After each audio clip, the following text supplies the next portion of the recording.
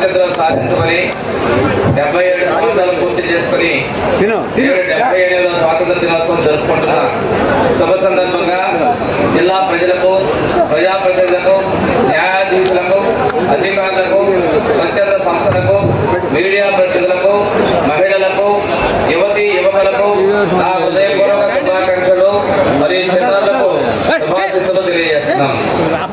ఎందరో మహానుభావులు పోరాటం, త్యాగం 1947వ సంవత్సరం ఆగస్టు 15వ తేదీన మనకు స్వాతంత్రం సిద్ధించింది.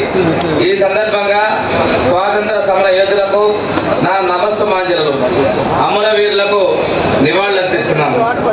అలాగే మన దేశ సరిహద్దుల్లో వారి జీవితాన్ని పణంగా పెట్టి మనల్ని కంటికి రెప్పలా